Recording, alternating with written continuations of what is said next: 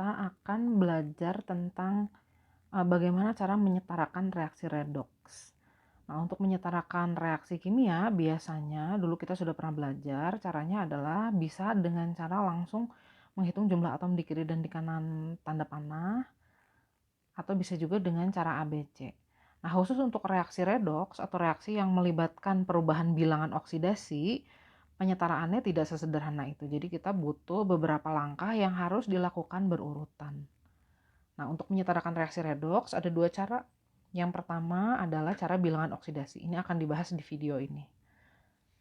Sebagai contoh, kita akan menyetarakan reaksi redox berikut ini. Reaksi redox itu biasanya melibatkan muatan juga. Jadi ini yang membuat dia tidak sesederhana reaksi kimia biasa.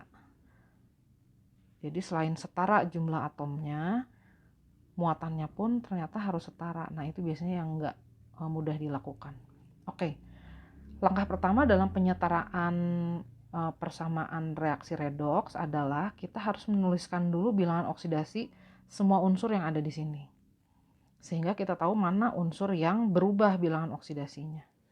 Jadi kalau kita hitung bilangan oksidasinya sesuai dengan aturan, saya biasakan menulisnya gini, di bagian atas adalah bilangan oksidasi per satu atom, sedangkan yang di bawah adalah jumlah biloxnya atau jumlah bilangan oksidasi yang sudah dikalikan jumlah atom. Jadi seperti ini. Nah, yang akan kita lihat nanti adalah bilangan oksidasi per satu atom tentu saja. Nah, setelah dituliskan begini, nah kita lihat yang berubah bilox itu adalah unsur kromium, dia mengalami reduksi. Nah, nanti Cr2O7-nya itu akan kita sebut oksidator, Kemudian bilangan oksidasi karbon di sini naik dari +3 berubah menjadi +4, mengalami oksidasi. Jadi nanti ion oksalat C2O4 itu akan kita sebut sebagai reduktor. Nah, langkah berikutnya kita harus menyetarakan jumlah atom yang berubah bilox. Jadi kita harus menyetarakan dulu jumlah Cr dan C. Nah, jumlah atom Cr di sebelah kiri 2. Di sebelah kanan itu jumlahnya 1. Jadi kita perlu menambahkan koefisien di sini. Berikutnya jumlah atom karbon di kiri 2, di kanan baru 1. Jadi kita tambahkan koefisien di sini. Itu adalah langkah kedua. Nah, langkah berikutnya kita hitung berapa perubahan jumlah biloxnya atau naik dan turun biloxnya berapa. Nah, ini perlu diperhatikan, harus kita lihat dari jumlah biloxnya. Jadi di sini Cr kan jumlahnya +6 nih. Karena Cr-nya ada 2, berarti jumlah biloxnya adalah +12. 2 dikali +6. Di sini dia berubah menjadi 2 kali +3. Jadi dia berubah menjadi +6. Nah, di sini bilangan oksidasi Cr turun 6.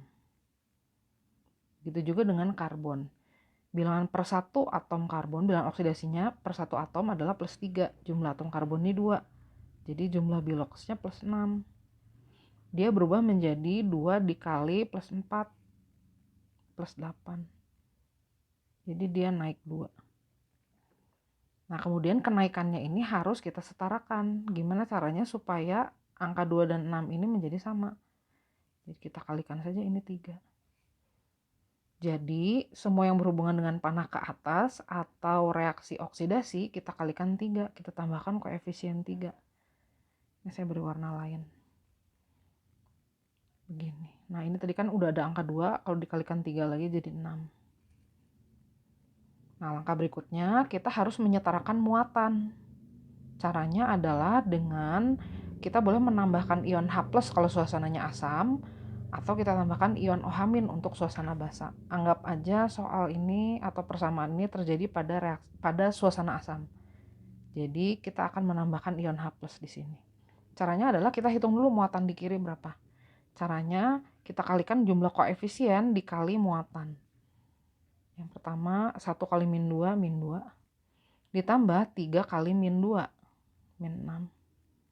Jadi total muatan di kiri adalah -8. Sedangkan di ruas kanan total muatannya 2 kali +3 itu adalah +6.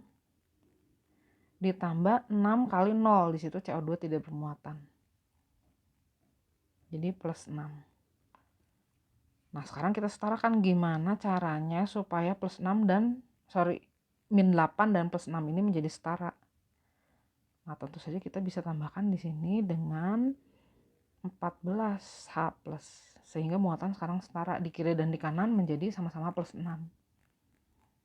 Langkah berikutnya, kita setarakan jumlah atom H dengan cara menambahkan H2O. Jadi hal yang baru di sini, kita boleh menambahkan ion H plus untuk suasana asam. Dan kita boleh menambahkan H2O. Kalau kita hitung jumlah atom H di sebelah kiri itu 14. Jadi kita tambahkan 7H2O di sebelah kanan. Nah, ini persamaan sudah setara. Cara paling gampangnya adalah coba kita cek aja jumlah atom oksigennya. Jumlah atom oksigen di kiri 7 ditambah 3 kali 4. 19 ya. Di kanan jumlah atom O-nya 6 kali 2, 12. Ditambah 7, 19 juga ya. Jadi persamaan ini sudah setara. Nah, untuk fungsi-fungsi senyawa-senyawanya nanti kita bisa tuliskan juga di sini. Biasanya yang suka ditanya itu adalah reduktornya yang mana. Nah, reduktor itu adalah spesi yang mengalami oksidasi. Di sini adalah ion oksalat. Kemudian oksidatornya yang mana? Oksidator itu adalah spesi yang mengalami reduksi. Di sini adalah ion dikromat.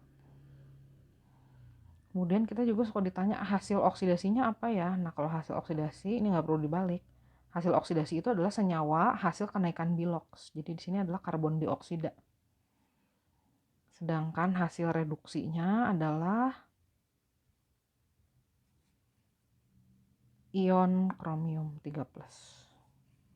Nah, seandainya ada reaksi yang reduktor dan oksidatornya sama, tentu bukan di reaksi ini. Seandainya reduktor dan oksidator dalam satu reaksi sama, berarti reaksi ini akan disebut reaksi autoredoks. Atau istilah lainnya adalah konproporsionasi. Sedangkan reaksi yang memiliki hasil oksidasi dan hasil reduksi yang sama, itu biasanya disebut reaksi, saya terbalik. Ini yang konproporsionasi.